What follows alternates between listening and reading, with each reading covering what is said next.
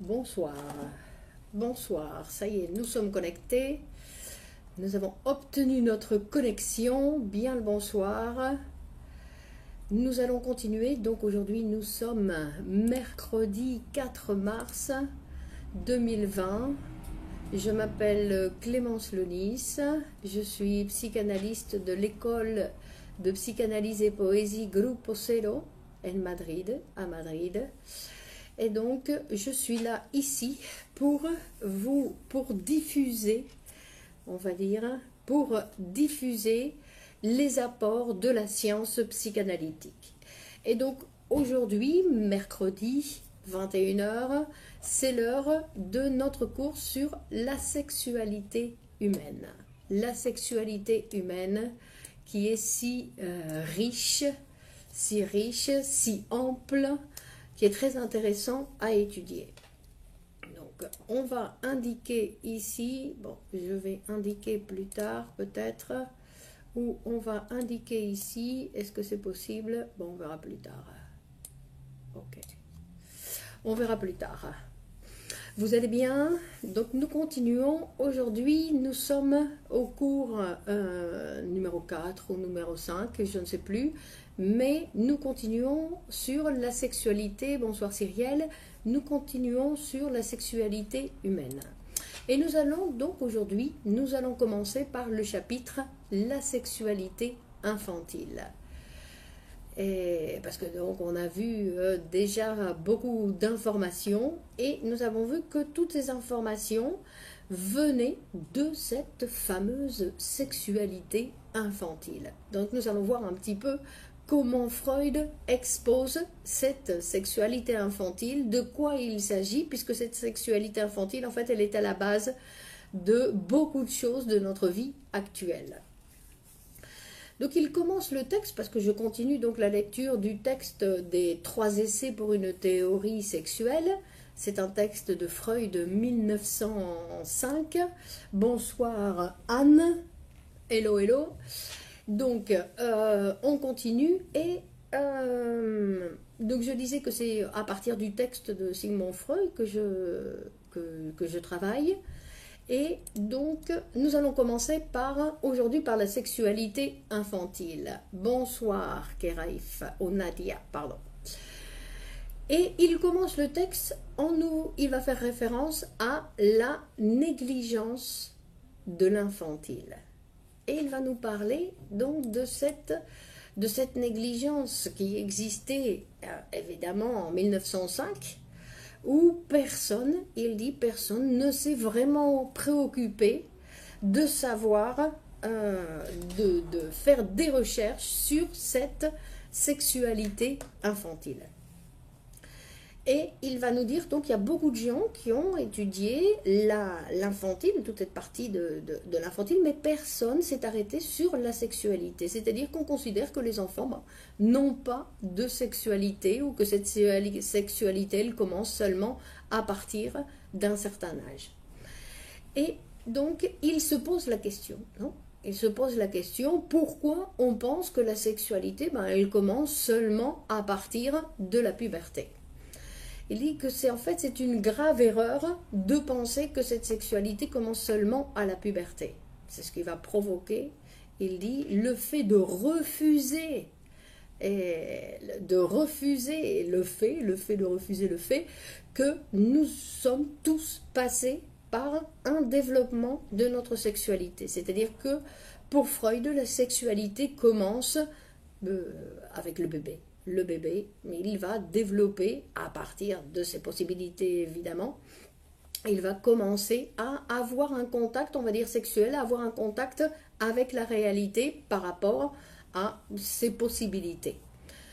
Et donc il se demande, Freud, il se dit pourquoi il existe cette négligence sur cette partie de notre enfance.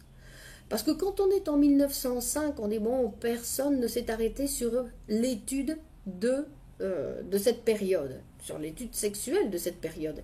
Il dit mais non seulement ça, sinon qu'en plus ils sont beaucoup plus préoccupés pour aller voir, ils ont fait plus de recherches sur notre héritage sur les ancêtres, sur nos parents, sur nos grands-parents, sur la famille, pour aller voir d'où viennent ces productions chez l'adulte. Et en fait, ils ne sont pas occupés de la sexualité infantile, sinon qu'ils ont été regardés chez les ancêtres. Et donc, il se dit pourquoi ils ont été regardés, donc faire des recherches sur le lointain passé quand il y a un matériel là à étudier. Et une chose qui est très importante, c'est que nous sommes en 1905 où on peut comprendre qu'évidemment, Freud n'avait pas encore écrit ce texte, donc on peut comprendre que, effectivement, personne ne savait de ces choses-là. Donc, et que c'est Freud, grâce au discours, grâce au récit des patients, qu'il va réussir à faire ces déductions et qui va permettre ces observations. Parce qu'après, lui, il nous le dit. Non, je crois que je l'ai déjà souligné. C'est-à-dire, il dit, si nous avions cette capacité de regarder tout le phénomène du développement de l'enfant, nous arriverions à voir clairement quelle est la sexualité de cet enfant. Mais nous ne sommes pas capables de la voir. Et on dit, mais pourquoi? Parce que dans l'actualité, nous sommes en 2020 et en 2020, nous continuons à ignorer ou à faire comme si ça n'existait pas, cette sexualité infantile. Donc on parle beaucoup de différents troubles chez l'enfant, etc. Quand ce ne sont pas des troubles, c'est le développement de sa sexualité. C'est-à-dire qu'il y a beaucoup de choses chez l'enfant qui vont paraître aux yeux de l'adulte comme quelque chose, mais c'est pas possible, regardez ce que fait mon fils, ma petite fille, etc. Mais en fait, c'est un manque total d'information, on va dire. Et donc Freud, il se demande pourquoi il y a ce manque d'information, pourquoi on ne peut pas s'occuper de cette sexualité infantile qui est pourtant pour moi complètement évidente. Et en fait, il va dire qu'il y a une raison tout à fait particulière, et il va dire parce qu'il existe cette amnésie, l'amnésie de l'infantile, parce qu'il nous a expliqué, ou il va nous expliquer Freud, que notre constitution sexuelle, la constitution sexuelle de l'être humain, elle va se faire en 3 temps. Donc nous avons la petite enfance, qu'on va appeler la première enfance, qui est donc le premier contact avec cette sexualité. Donc on parle de sexualité, mais d'une sexualité infantile qui a des caractéristiques tout à fait particulières, qui ne correspondent pas aux caractéristiques de l'adulte. Non, l'adulte après, ce sera quelque chose de déformé, ce sera cette sexualité infantile déformée. Bonsoir Soumia, ce sera cette sexualité qui va arriver déformée. Donc, et il dit que, en fait, donc nous sommes avec 3 temps. Nous avons la petite enfance, ensuite il y a une période qu'on appelle de latence, c'est-à-dire qu'il se produit effectivement une amnésie, et chez tout le monde. Nous avons une période d'amnésie où nous allons faire quoi? Tout oublier. Tout oublier cette première petite enfance. Vous vous rendez compte, personne ou pratiquement personne n'a de souvenirs de ces 2 ans, de ces 3 ans. Les souvenirs que l'on a en général, ce sont les récits des autres. Notre maman, notre papa, les oncles, la famille qui nous parlaient, oui, quand tu étais tout petit, et nous racontent certains événements. Mais nous, on a tout oublié. Et donc il va faire référence, il va dire, oui, effectivement, ça arrive chez tous les êtres humains. On oublie tout. De temps en temps, on a un petit souvenir, un petit trait, une petite chose comme ça de souvenir, mais en général, il dit, nos souvenirs commencent à partir de 7 ou 8 ans. Donc, et c'est là où il va expliquer le pourquoi nous ne prenons pas en compte toute cette première enfance, parce que nous l'avons tous oubliée. Et que c'est seulement Freud qui en a fait une étude de recherche, qui a commencé à l'étudier et qui aujourd'hui peut rendre compte de cette période et de son développement et de ce qui s'y passe. Parce que nous avons tout oublié. Donc c'est comme ça qu'il va expliquer pourquoi les auteurs ont éloigné de cette possibilité puisqu'ils ne se rappellent plus. D'accord? Donc c'est là où on voit comment le chercheur est touché par sa propre histoire et donc il va déformer la réalité par rapport à sa propre histoire, puisque comme ça n'existe pas pour lui, ben ça n'existe pas. Boum. Tandis que Freud, il ne s'est pas arrêté là. Il a écouté correctement ses patients et il a fait, disons, une meilleure observation de la réalité. sur cette première enfance avant la partie de l'amnésie. L'amnésie, c'est-à-dire cette période de latence, où nous avons tout oublié, tout réprimé. Donc c'est une répression qui va nous faire tout oublier cette première enfance jusqu'à l'époque de la puberté. Donc nous voyons que nous avons une longue période de développement, et cette longue période de développement va passer par différentes phases normales et après par de nombreux accidents. De nombreux accidents dans le sens où chaque personne va vivre cette rencontre. Parce que la sexualité, c'est quoi? C'est la rencontre avec l'extérieur, c'est la rencontre avec l'autre, c'est la rencontre avec le plaisir, c'est la rencontre avec les premières... Donc, on va voir, je ne m'avance pas trop. Donc, il va parler de cette période où nous avons tout oublié. Il dit pourtant, cette première période, ce n'est pas qu'il ne s'est rien passé. Il s'est passé plein de choses, et en plus les enfants, ils ont, même à un tout jeune âge, ils ont la capacité de sentir, d'avoir des sentiments très forts. Ils vont pouvoir ressentir leur premier sentiment de jalousie face au petit frère ou à la petite sœur qui va arriver. C'est-à-dire qu'ils ont des sentiments très forts. Ils ont des sentiments très forts vis-à-vis de leurs parents, puisque ce sont leur premier objet d'amour. Donc il dit, ce n'est pas qu'il ne s'est rien passé, que donc c'est pour ça qu'on l'oublie. Non, non, il s'est passé quelque chose, et il s'est passé de nombreuses choses, avec des sentiments très forts, il va nous expliquer, et pourtant, ça a été donc, et qu'en plus, non seulement ça, sinon que pour ceux qui ont des enfants, ou ceux qui ont pu observer un petit peu le comportement des enfants, parce que chez les enfants, des fois, on peut le voir, qui ont des comportements et qui ont des réactions, non, avec, on va dire pratiquement, j'allais dire comme des adultes, mais ce n'est pas comme des adultes. Soumia, existe-t-il une relation entre le narcissisme et l'attachement à Bowlby? C'est quoi Bowlby? Je ne connais pas Bowlby. Donc on va dire oui, effectivement, la sexualité infantile est assez narcissique. Mais je ne connais pas Bowlby. Donc il dit que oui, il s'est passé pendant cette période des choses très importantes pour le sujet, et que tout ça, ça a disparu de notre mémoire, il dit. Et pourtant, ça a laissé des traces. Attention, parce que ce qui disparaît, ça ne disparaît pas comme ça. C'est-à-dire que tout ce que le sujet a vécu et qui a laissé une trace en lui, cette trace, elle ne disparaît jamais. Même s'il ne s'en rappelle pas, c'est-à-dire que quand je dis qu'elle ne disparaît pas, c'est-à-dire qu'elle va avoir des effets. Elle va avoir des effets dans la conscience. Elle va avoir, et qui vont constituer une énergie, que tout ça, ça va être une énergie qui va participer à notre développement ultérieur. Donc, toutes ces impressions infantiles ne disparaissent pas. Et il va même faire une sorte de parallèle, parce qu'il va dire, ça fait penser un petit peu à l'amnésie de certains névrosés, où il va faire référence un petit peu, c'est-à-dire que les névrosés aussi, ils ont, comment on va dire, ils ont oublié une partie de leur vie, alors par contre de leur vie adulte, qu'ils ont aussi réprimée. Donc c'est une répression qui fait penser à cette première répression infantile, on va dire, et qui provoque après, chez le sujet, des symptômes. Donc il va se dire, mais quels sont, il va se poser la question, puisque c'est un chercheur, et donc il va nous montrer un petit peu comment lui il raisonne, comment lui il développe tout ça, d'accord? Donc,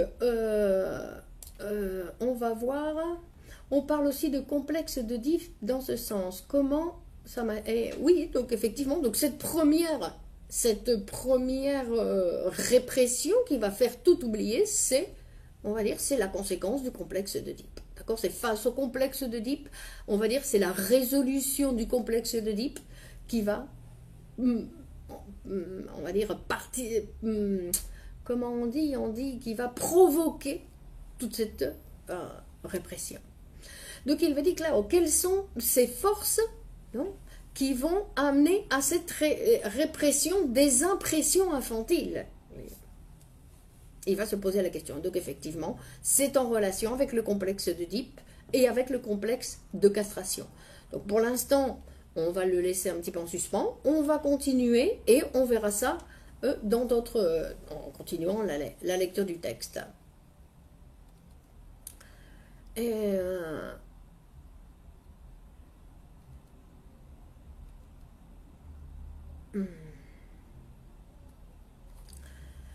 donc il va dire cette possible, il dit, connexion entre l'amnésie infantile et l'hystérie, donc qui oublie aussi une partie de son histoire.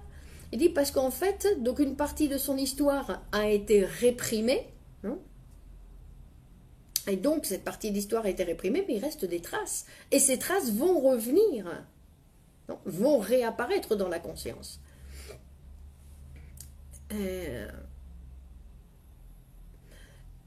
Mais en fait, donc, il explique qu'en fait, elle va réprimer parce que ce sont des choses qu'elle ne peut pas tolérer. Donc, elle n'a pas été capable, l'hystérie, non, ça n'a pas été capable, le sujet n'a pas été capable de tolérer certaines choses, n'a pas été capable de transmettre certaines choses, et donc il a réprimé. Et il dit qu'en fait, cette répression de l'hystérie, elle a lieu parce qu'il y a eu une première répression. C'est-à-dire que c'est une deuxième répression qui est en relation avec la première. Parce que la répression, c'est un mécanisme. C'est un mécanisme de l'appareil et c'est un mécanisme qui fonctionne constamment. Après, quand on a une exagération de la répression, ça produit. Pourquoi? Parce que, en fait, cette répression pour maintenir cet oubli, il y a une force constante qui va empêcher que ça revienne.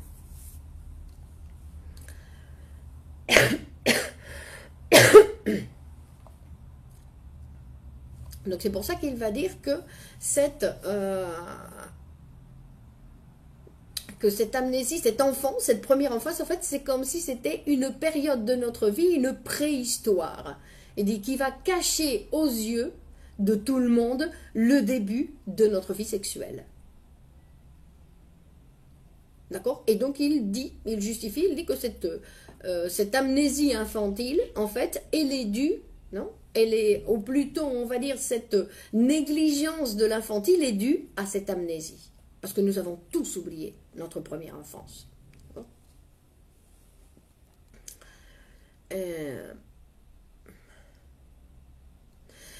Après, il va dire, donc, il va parler de cette période de latence sexuelle. Et il va dire que tous ces élans sexuels de l'enfant, qui sont, il dit, exceptionnels, qu'ils ont une force importante, qu'on va voir donc apparaître chez les névrosés, d'une façon bien déformée, mais que c'est à partir de l'étude des névrosés que lui, il va pouvoir déduire toute cette sexualité infantile. Non, je me répète. Donc il dit qu'effectivement, le nouveau-né, il arrive au monde avec, une pulsion sexuelle qui est prêt à sortir, on va dire. Et qu'après, donc, par rapport à son développement, après, elle va passer par une répression progressive et qui peut être interrompue. D'accord? Parce qu'on va voir que cette période de latence où justement on a tout oublié, où on ne s'intéresse plus, le petit enfant il ne s'intéresse plus à toute la partie sexuelle, sinon qu'il va passer son intérêt à d'autres choses. D'accord? Donc il y a un déplacement. C'est-à-dire que pendant toute cette petite période, petite enfance, dans cette période de cette petite enfance, en fait, l'enfant, il va non seulement développer certains sens, non, comme là on va le voir par exemple avec toute la pulsion orale, comment elle va se développer, et il va nous dire que en fait il va chercher pendant cette première enfance, il va être dominé par la question d'où viennent les enfants. Et c'est ça qui va le faire observer tout ce qui se passe chez les autres enfants, chez les adultes, pour essayer de comprendre d'où viennent les enfants. Donc pour lui, c'est une intrigue. Et il va, par rapport à ses connaissances, donner des explications. Mais bon, on verra ça un peu plus tard. Après, tout ça, c'est oublié. Après, cette recherche, cette investigation qu'il faisait sur le sexuel, en fait, il va se déplacer sur autre chose. Et il va parler que ça, c'est en relation avec la sublimation, avec le processus de sublimation. C'est-à-dire qu'on transforme un intérêt sexuel, une énergie, un intérêt sexuel sur autre chose. Et ça commence, ce phénomène de sublimation commence dès l'enfance, pendant la période de latence.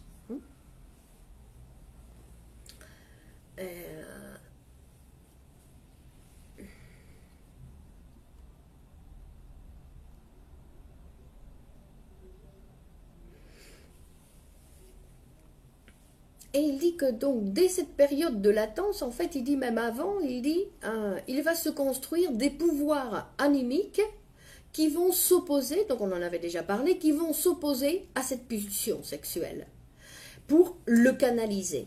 D'accord? Pour le canaliser. Canaliser l'énergie sexuelle pour leur donner une sortie. Parce que l'énergie sexuelle, c'est quoi? C'est une augmentation de la tension qui doit se décharger quelque part, qui doit s'exprimer quelque part.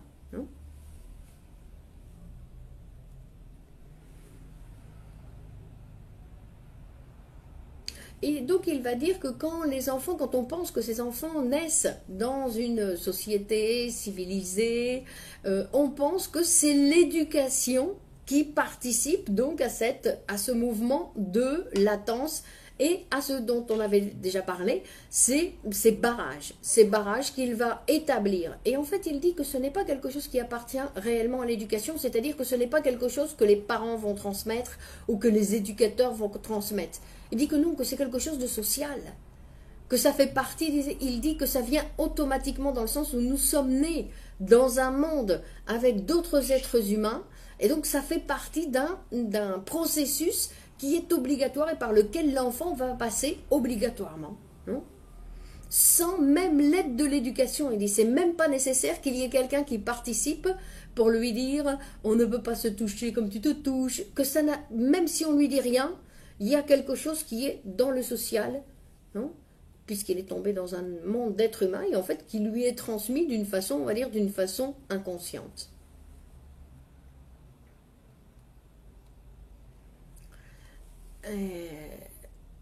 Et donc il va se poser la question, il dit mais à partir de quels éléments on va fabriquer ces barrages? Vous vous rappelez qu'on avait parlé des barrages qui étaient la répugnance, la pudeur, la morale, la honte, même des fois la douleur. Tout ça, ce sont des barrages, quoi, un développement correct, on va dire, correct, un développement de la sexualité. D'accord? Ce sont, on va dire que c'est des barrages, donc il faut passer les obstacles. C'est la libido, n'est-ce pas? Oui, la libido, c'est l'énergie sexuelle. Et donc il se pose la question à savoir d'où viennent ces barrages culturels. Parce qu'effectivement, ils sont des barrages culturels qui sont importants, qui sont considérés comme importants. C'est-à-dire qu'un enfant à un certain âge qui fait certaines choses, on va dire non, ça c'est pas bien. C'est-à-dire que la culture ne permet pas qu'à partir d'un certain âge, tout ça, ça doit être bien réprimé. Mais en fait, il va dire qu'en fait, ces élans, que même pendant la période de latence, non, cette libido, cette pulsion sexuelle va continuer à s'exprimer. Donc il y a une partie qui peut continuer à s'exprimer de façon sexuelle et il y a une autre partie non, qui va sublimer. Non?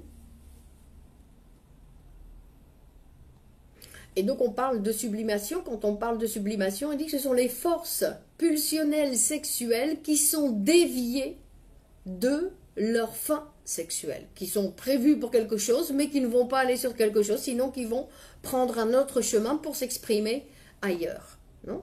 Et c'est là où on parle de processus de sublimation, c'est-à-dire que cette énergie, comme je vous disais avant, donc ce désir de recherche qui naît chez l'enfant dès son plus jeune âge, pour savoir, non, pour pouvoir répondre à la question d'où viennent les enfants, après va se déplacer à d'autres intérêts de sa vie.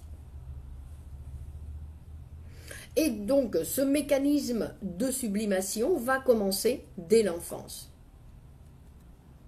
Parce qu'en fait, il dit que la pulsion sexuelle, l'enfant, il ne peut pas l'utiliser. Il a une pulsion sexuelle et en fait, puisque la pulsion sexuelle, normalement, elle va servir à quoi? À la reproduction.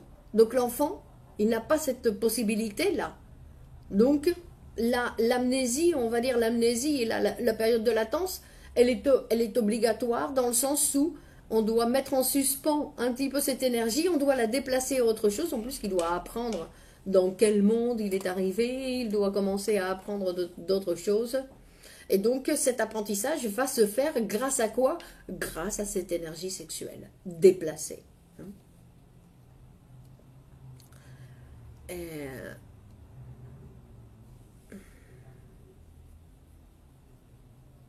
Processus secondaire. Alors expliquez-vous un petit peu Nadia, parce que le processus secondaire, c'est quoi là? Qu'est-ce que vous entendez par processus secondaire?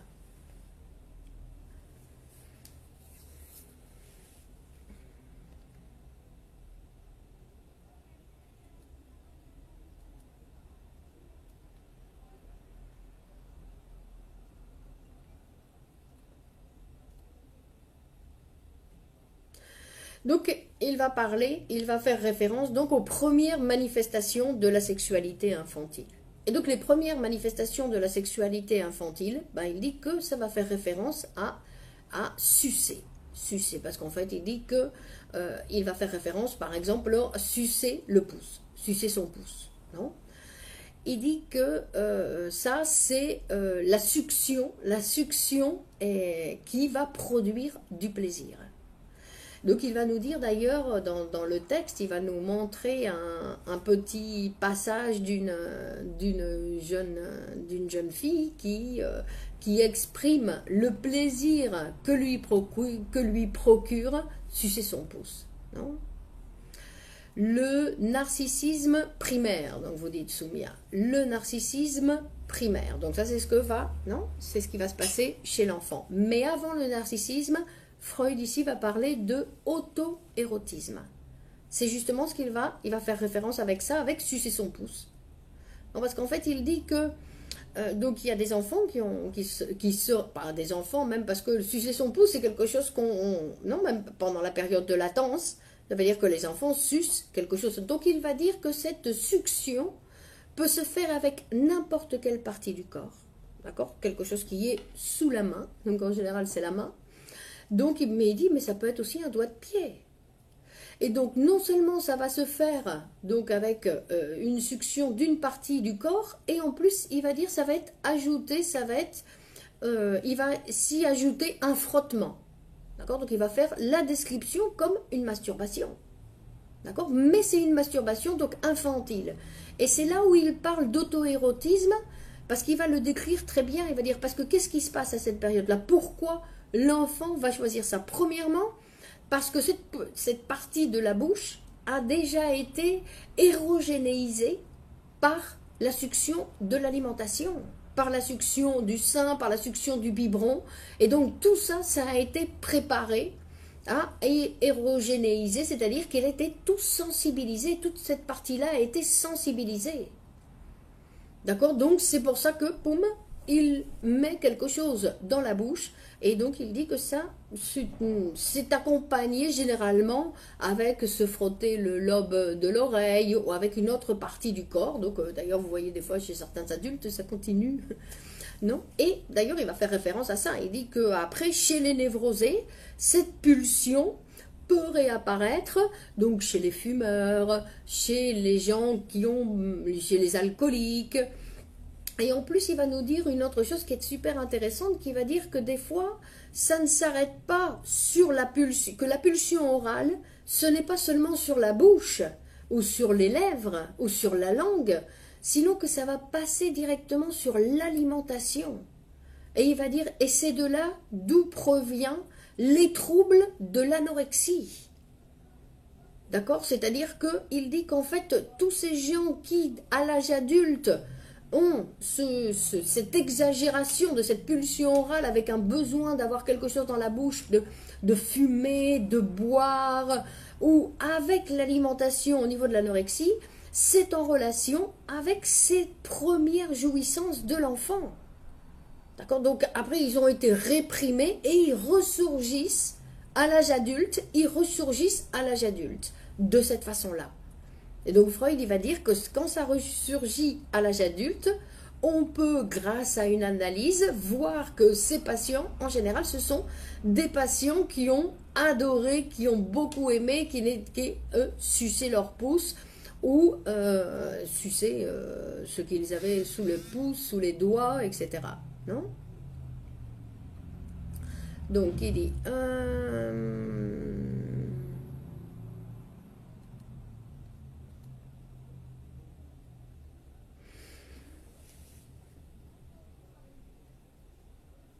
Et donc, il va parler donc que cette succion première, c'est donc ce qu'il va dénommer l'auto-érotisme. Et il va dire une chose qui est très intéressante parce qu'il dit qu'en fait, c'est une satisfaction, c'est une autosatisfaction, parce qu'en fait, c'est ce qui permet à l'enfant de s'éloigner du monde extérieur. C'est-à-dire que quand il prend son pouce, il n'a pas besoin du monde extérieur, il n'a plus besoin du monde extérieur. En suçant son pouce, il a toute la satisfaction. D'accord? Donc ça, c'est quelque chose aussi qui est intéressant, non, de voir qu'il se suffit à lui-même. C'est pour ça qu'on parle aussi d'auto-érotisme, dans le sens où il n'a pas besoin de l'extérieur. Puisqu'il utilise son propre corps, non? Il va utiliser son propre corps, et donc... je vous en prie, Soumia.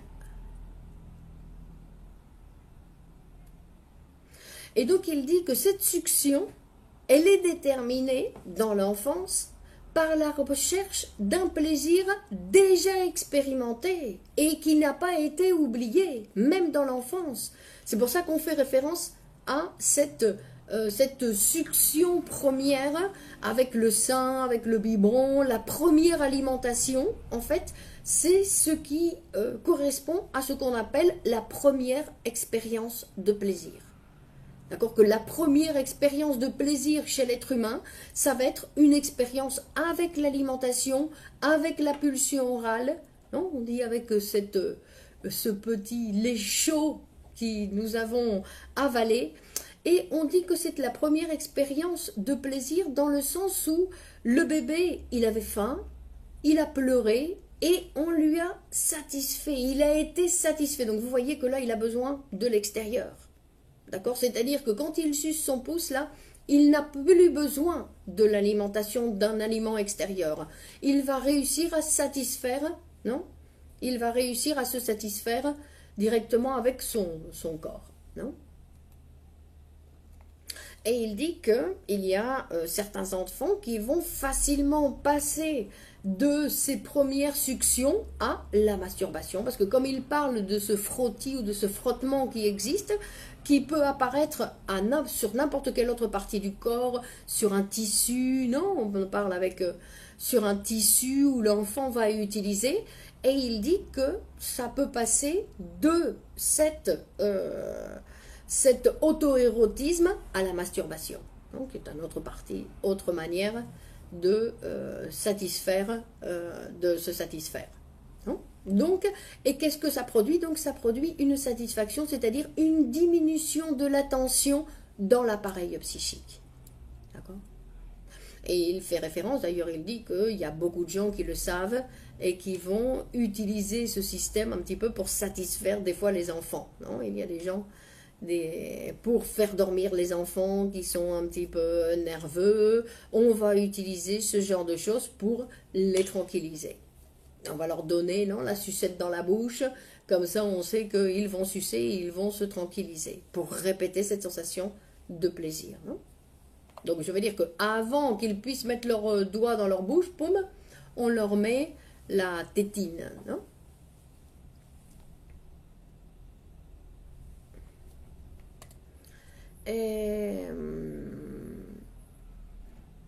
Et donc il dit que ces premières expériences d'alimentation, que les lèvres, la langue, la bouche, tout ça, donc c'est une partie qui est érogénéisée et donc qui est disponible pour le plaisir. D'où après ces satisfactions avec le baiser par exemple, où on va de la même façon chercher cette expérience qui nous avait satisfait.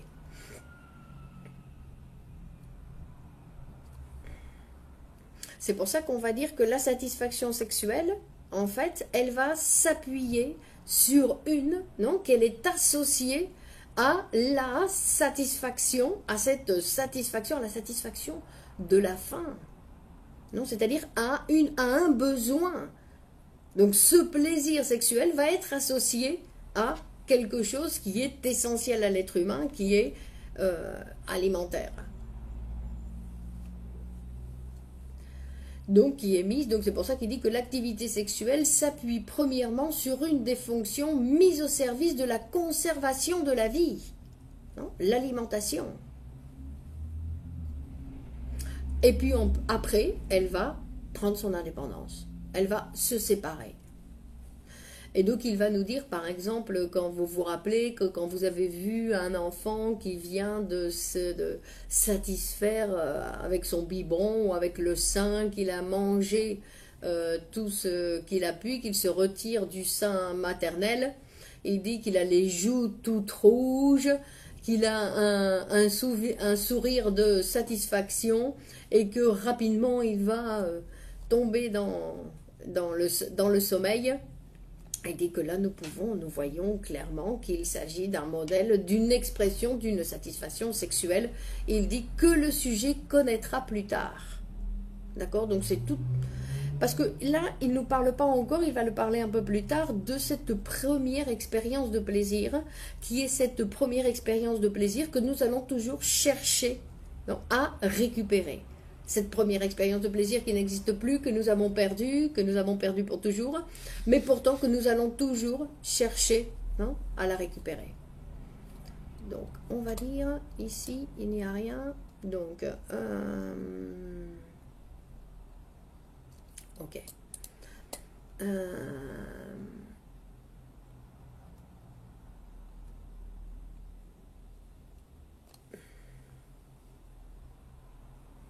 Donc c'est là où l'auto-érotisme.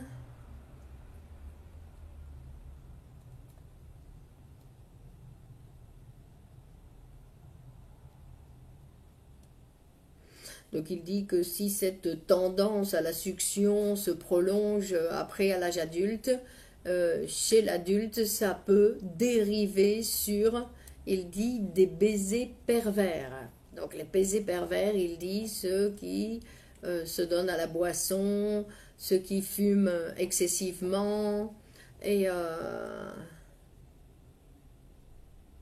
il dit en plus, si apparaît la répression sur ça, c'est-à-dire que je ne veux pas fumer, je ne veux pas boire, je réprime tout ce plaisir de la pulsion orale, c'est là où il dit qu'il peut apparaître une répugnance face à l'alimentation et des vomissements hystériques.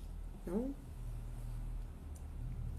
Et il dit donc que ça peut s'étendre, que cette répugnance, ça peut s'étendre jusqu'à les perturbations anorexiques.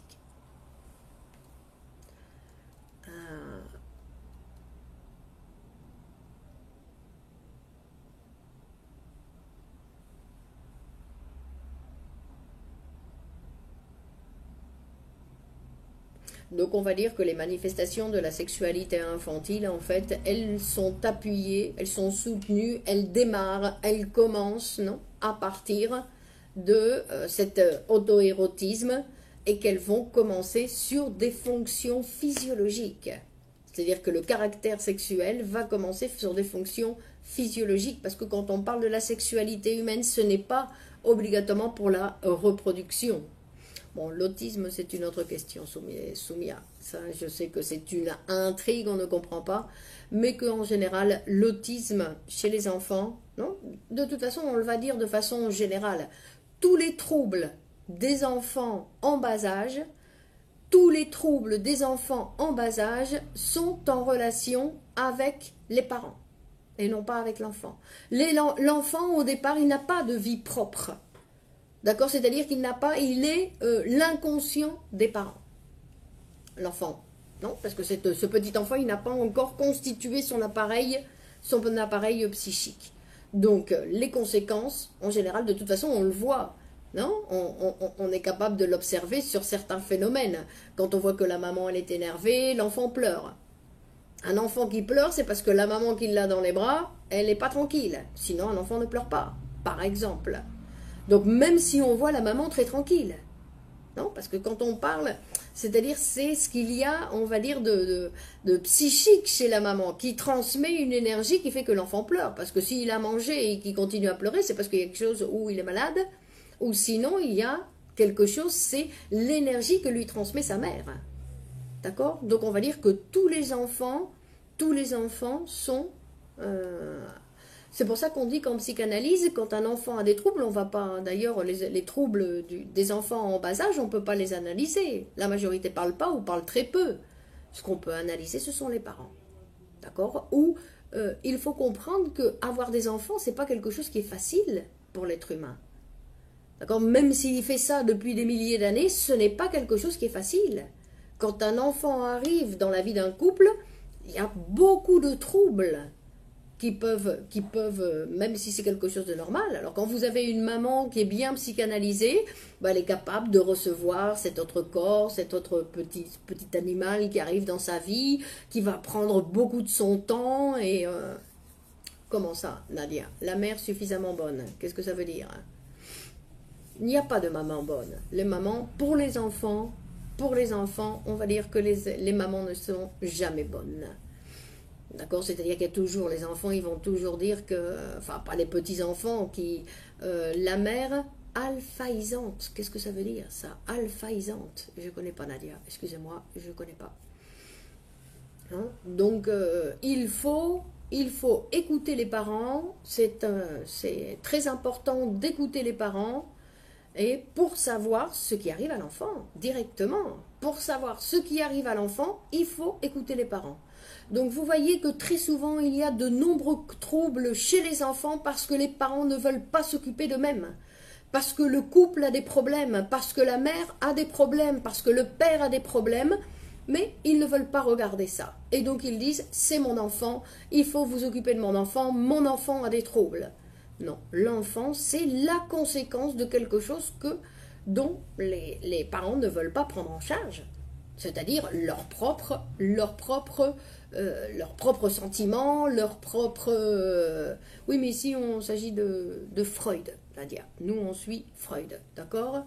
La mère narcissique, oui, mais c'est pas que la mère narcissique, le père narcissique. Je veux dire que le narcissisme, c'est quelque chose d'indispensable chez l'être humain, d'accord? Donc c'est pas quelque chose qui produit une maladie, ça produit une maladie quand c'est un narcissisme infantile qui reste chez l'adulte.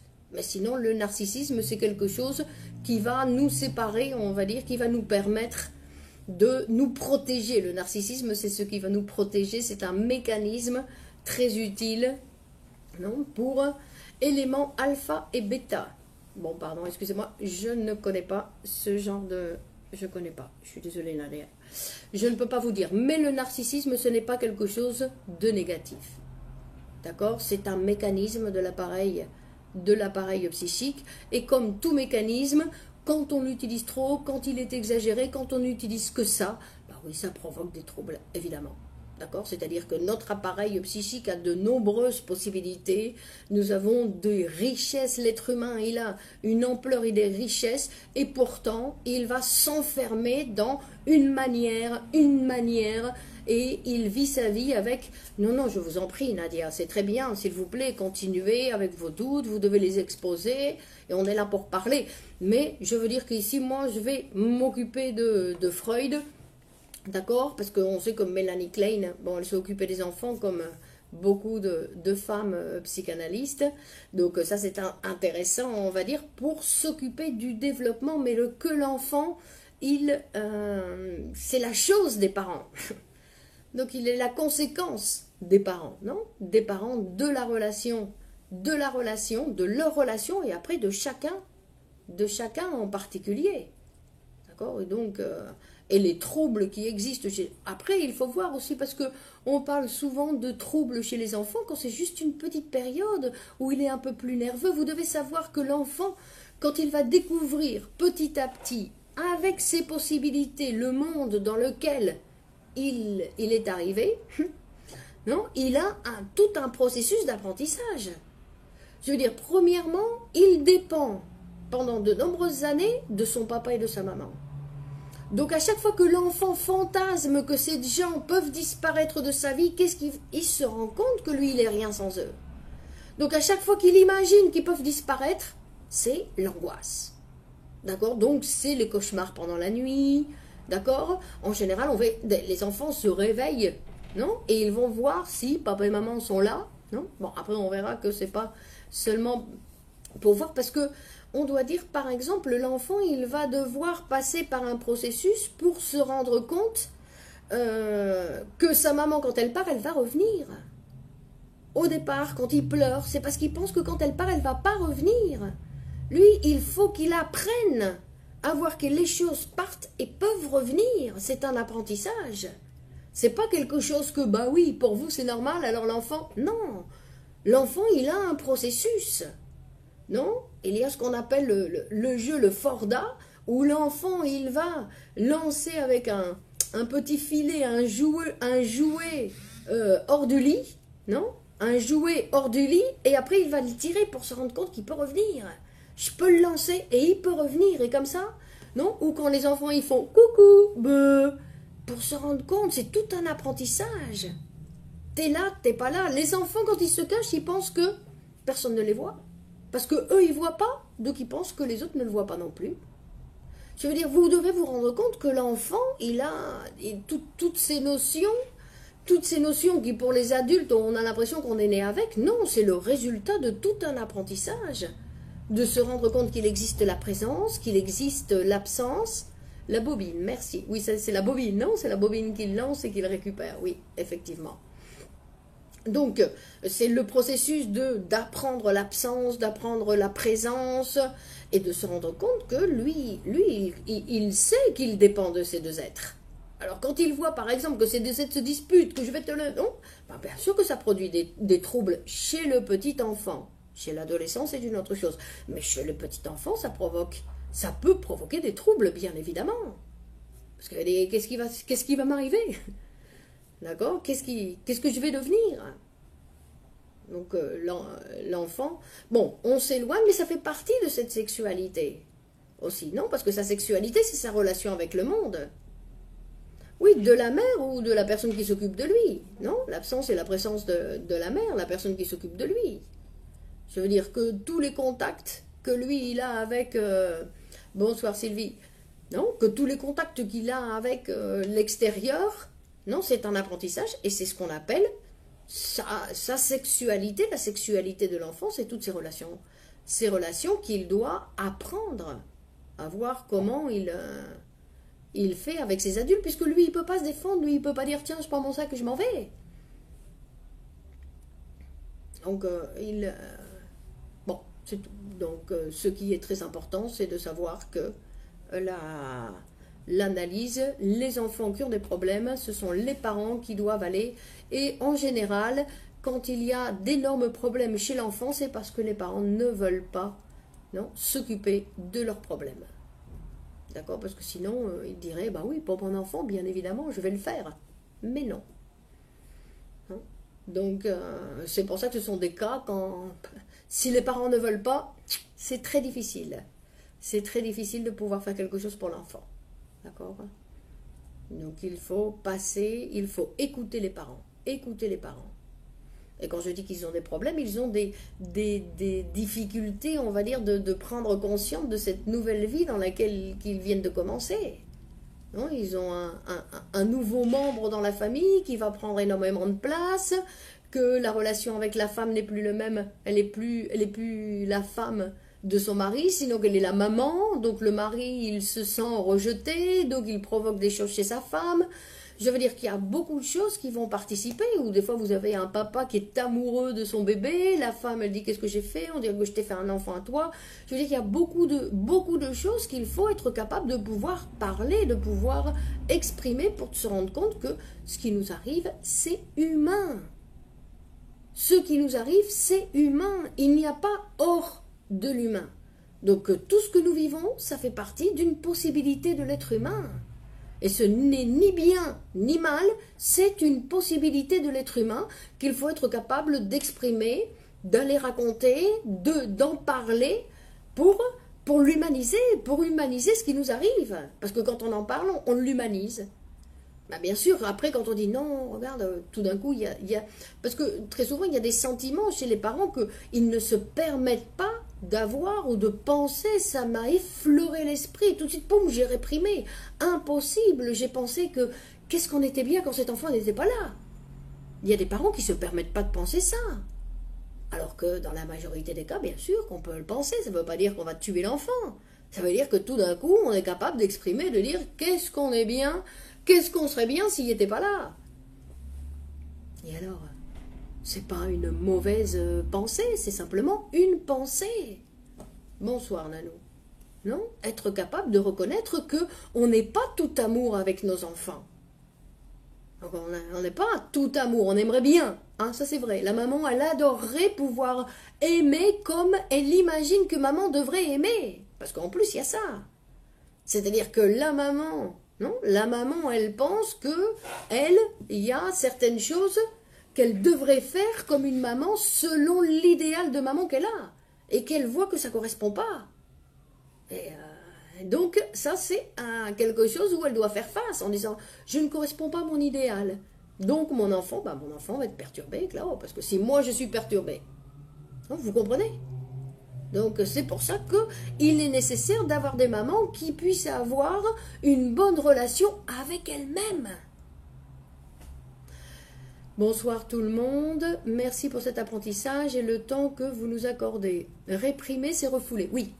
Bon, les Français, je crois qu'ils font, Nanou, je crois qu'ils font une différence. Mais on va dire que réprimer, en fait, je ne sais pas trop quelle est la différence que font les Français, parce que moi, je lis, c'est vrai que je lis Freud en espagnol, mais que réprimer, en fait, c'est le verbe qui va associer à cette répression primordiale.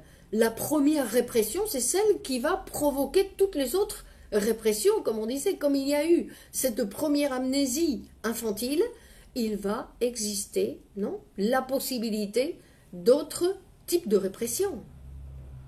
D'accord? Donc la répression, c'est un mécanisme qui va exister parce que c'est celle qui a fondé l'appareil. L'appareil a été fondé par la répression, donc c'est un mécanisme qui va continuer à fonctionner et on ne va pas pouvoir l'éliminer. Et il n'est pas négatif, non, c'est-à-dire qu'il y a des choses que oui, il faut effectivement pouvoir réprimer. Le problème, c'est que quand on réprime mal, dit Freud, ça revient. Non, on est que ça revient. Donc c'est là où il y a des inconvénients parce que le réprimer, quand il revient pas tout à fait, il vient pour faire des obstacles, il vient pour provoquer des choses qui ne sont pas tout à fait agréables, on va dire, dans la vie du sujet. Donc pour aujourd'hui, moi je m'arrête ici. La prochaine fois, on va commencer avec le texte, avec la partie du texte, le partie numéro 3 qui s'appelle « La fin sexuelle de la sexualité infantile ». Non, il va parler des différences de différentes zones érogènes. D'accord? Donc il va montrer comment, il va nous dire que tout le corps de l'enfant a la possibilité d'être érogénisé. Donc la bouche, c'est la première parce qu'il faut l'alimenter. Mais après, si vous lui touchez l'oreille tout le temps, il va avoir l'oreille qui va devenir un organe sexuel. Vous lui touchez le nez, son nez va être un organe sexuel. Non, n'importe quoi, le coude. Je veux dire que donc vous allez voir comment on va sensibiliser en fait les parties de son corps, d'accord, et comment certaines parties de son corps vont prendre pratiquement la place d'un organe sexuel. Non? Donc oui, Nanou, mais moi je dis retour du réprimé. D'accord, non? Parce que quelle est la différence entre réprimer et refouler? Expliquez-moi, parce que je voudrais savoir. Ou alors le réprimé, c'est le premier, et refouler, ce sont les répressions secondaires? Peut-être, je ne sais pas. Je ne sais pas. Il faut dire que les Français, ils ont toujours tendance un petit peu à se compliquer. Je veux dire, parce qu'ils font la différence entre fantasme avec un F et fantasme avec un PH. Je veux dire... non, un fantasme, il y a les fantasmes diurnes, il y a les fantasmes conscients et les fantasmes inconscients, d'accord? Mais c'est toujours des fantasmes. Donc il y a les fantasmes qu'on peut faire de façon consciente, on se rend compte, on peut en parler, et après il y a les fantasmes inconscients qui doivent être interprétés. D'accord? Parce que ce qui est inconscient doit être interprété, parce que le sujet, il est aveugle, il ne connaît pas, il ne voit pas. Donc, c'est pour ça que l'intervention du psychanalyste est très importante, d'accord, pour pouvoir se rendre compte, et améliorer cette relation qu'on a avec nous-mêmes. Non, parce qu'on dit qu'en fait, bonsoir, ange, elle brouillard, bonsoir. Donc, il faut être capable, je ne sais pas, pour moi, c'est équivalent. Qu'est-ce qui est équivalent? Le corps comme érotisme. Non, Nanou dit, je ne sais pas, pour moi, c'est équivalent. Ah, le réprimer, le refouler. Bon, ben, mais pourquoi il y a deux mots? C'est pas équivalent. S'il y a deux mots, c'est pas équivalent. Ça veut dire qu'ils font une différence, mais je la connais pas. D'accord? Soumia, le corps comme érotisme. Alors, une nouvelle énigme, je ne comprends pas bien non plus. Le corps comme érotisme. Donc, le corps... Ah, oui, vous dites que le corps est... tout le corps peut devenir un... Toutes les parties du corps peuvent devenir un organe sexuel. Peuvent déplacer, en fait, l'énergie, la sensation de plaisir de l'organe sexuel. D'où, après, non, ce qu'on avait vu dans les premiers cours, d'où ces possibilités des perversions. C'est pour ça qu'on va dire que les perversions, c'est quelque chose d'humain. Ce n'est pas quelque chose, ah, quelle horreur, c'est une perversion, c'est quelque chose d'humain. C'est une conséquence de ces exagérations dans l'enfance. Non, quand les parents, ils touchent trop les enfants, ou des choses comme ça produit ce genre d'excès. C'est-à-dire que c'est pour ça qu'on dit que les enfants devraient être éduqués avec les enfants.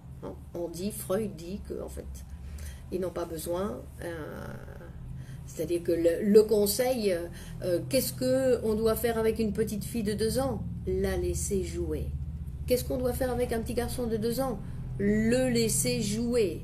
D'accord? C'est comme ça qu'ils vont développer, apprendre, jouer et intervenir le moins possible. On va intervenir seulement quand il y a des risques de quelque chose. Mais sinon, on n'intervient pas. On le laisse jouer. Mais vous voyez comment sont les parents aujourd'hui? Fais pas ci, fais pas ça, touche pas ci, faut... Ah, ils veulent des enfants parfaits. Parfaits selon quoi? Non, il faut le laisser le processus. Non? Vous voyez, de nombreux parents aujourd'hui, ils parlent aux enfants comme si c'était des adultes. Non, je veux dire que nous sommes dans un... On les laisse. Qu'est-ce que tu veux faire, hein? Au petit enfant de 1 an, on lui demande, 1 an et demi, on lui demande ce qu'il veut faire. Alors, il est bien emmerdé. Il doit décider, c'est lui qui décide ce que... Alors, il a envie de faire ça, et 5 minutes après, il n'y a plus envie. Parce que lui, il a s'exprimé, qu'est-ce qu'il sait? Donc, et après, on le gronde parce qu'il n'a pas su maintenir sa décision. Non, les enfants sont des enfants. C'est pas des adultes, il faut bien s'en séparer. Je veux dire, séparer de cette idée qu'on a que les enfants, on leur parle comme si c'était des adultes, faut tout leur expliquer, faut leur dire la vérité, faut leur expliquer. Non, il faut répondre aux questions des enfants. Quand les enfants viennent avec leurs questions, faut répondre, il faut répondre de façon sincère, pas mentir. À chaque fois qu'on ment l'enfant, quand il pose la question, c'est qu'il a déjà plus ou moins la réponse. Donc lui, il se rend compte. On dit que quand il se rend compte que les parents lui mentent, non, c'est là où il perd confiance. Donc il n'a plus confiance en ses parents. Donc il sait qu'eux, ils ont la capacité de me mentir. Donc qu'est-ce qu'il va faire lui? Il va mentir. D'accord? Donc après, si on veut avoir une bonne relation avec nos enfants, faut avoir une bonne relation avec eux. Comme ça, eux, ils auront une bonne relation avec nous. D'abord, c'est tout. Si on est gentil avec les enfants seront gentils avec nous. Alors, pas tous les jours, des fois ils nous énervent, etc. Ils réclament, ils demandent des choses qu'on n'est pas disposé à donner, etc. Alors, ça fait partie du processus.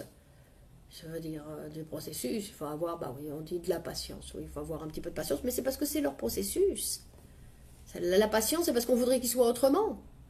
Non, parce qu'on dit j'ai pas de patience, c'est parce que je voudrais qu'il soit autrement, ou je voudrais qu'il soit pas là. Ben, il faut s'organiser pour prendre un peu plus de distance, pour pas être tout le temps avec les enfants. Je veux dire, parce qu'après, il y a l'excès en disant je dois être présent pour mon enfant. Mais non, c'est aussi présent.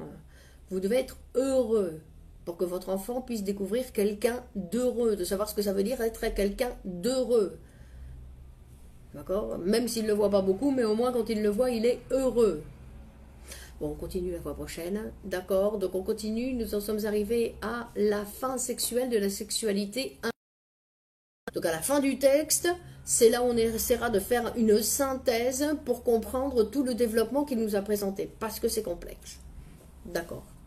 Bon, alors bonne soirée, merci à tous. Donc comme toujours, n'hésitez pas à partager. Si vous avez trouvé ça intéressant, on partage, que la formation peut être utile à tout le monde. Bonne soirée et on continue mercredi prochain à 21 h. Bonne continuation. Au revoir.